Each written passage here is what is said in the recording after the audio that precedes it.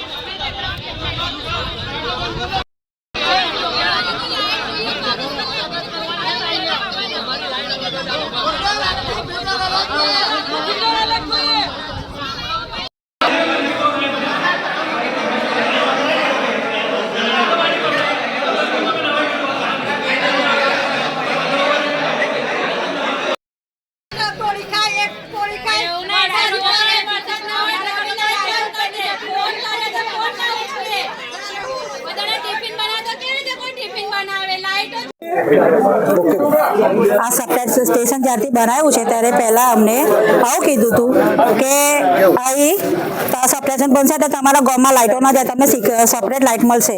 પણ એના છતાં અમારા ગામમાં એટલી બધી લાઇટો જાય છે. છેલ્લા 4 મહિનાથી અમને એટલું પ્રોબ્લેમ થાય છે, વારે ઘડી લાઇટો જતી રહે છે.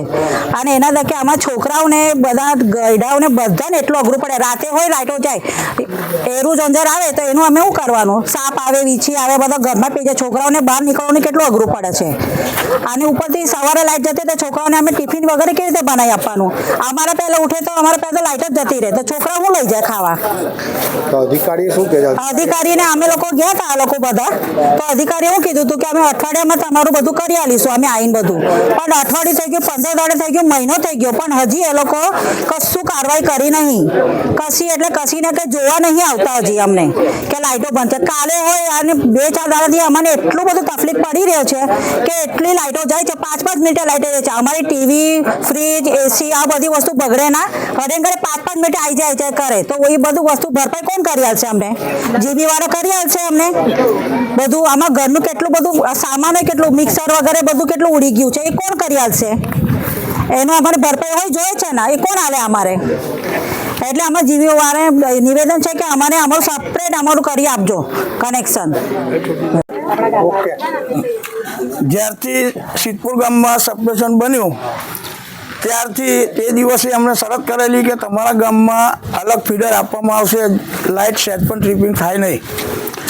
પણ એ પ્રોબ્લેમ સોલ્વ થયો નથી.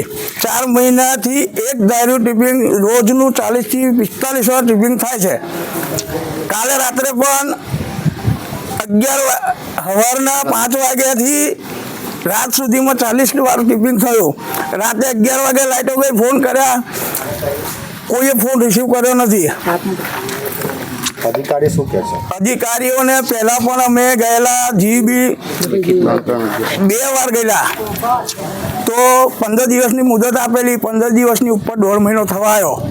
હજુ કોઈ અધિકારી ભરવા નથી આવ્યો અને કોઈ ફોને રિસીવ કરતા નથી.